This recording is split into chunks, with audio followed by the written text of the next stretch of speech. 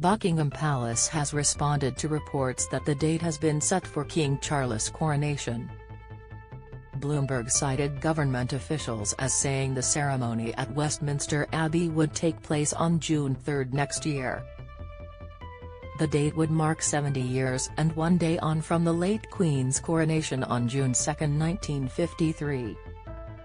However, a palace spokesperson said reports on a date are purely speculation. Charles' coronation had been expected to take place in the spring or summer of 2023. There have been reports that the ceremony could be scaled down due to the cost of living crisis. Buckingham Palace has responded to reports that the date has been set for King Charles' coronation. Image, Getty. King Charles III and Queen Consort Camilla. Image, Getty. Something bad going to happen, Jeffrey Archer dreading impact of Prince Harry's book. Lord Jeffrey Archer has said he is dreading the publication of Prince Harry's memoirs because the significant money publisher Penguin Random House paid for it suggests it has to contain something bad. Read more here. A source told the Mirror last month, the King is very aware of the struggles felt by modern Britain, so we'll see his wishes carried through, that although his coronation ceremony should stay right and true to the long-held traditions of the past, it should also be representative of a monarchy in a modern world. Speaking in September, Culture Secretary Michelle Donnellan said that no plans had yet been made when pressed on whether proceedings should be cut back. She told LBC, "We need to look at the plans on this, and obviously the palace and the King will have a great deal of input into this. We only just finished our period of national mourning, so we haven't done that yet, as you would expect. And of course, we will be considering everything, but we haven't made these decisions yet. We do want to give the nation a moment. When we look back at the coronation of Queen Elizabeth, it was a remarkable event where the country really came together." Queen Elizabeth II's coronation took place on June 2, 1953. Image, Getty. If you look back at the Jubilee, how much we did for that and how the country came together. And it can in many ways boost the economy as well.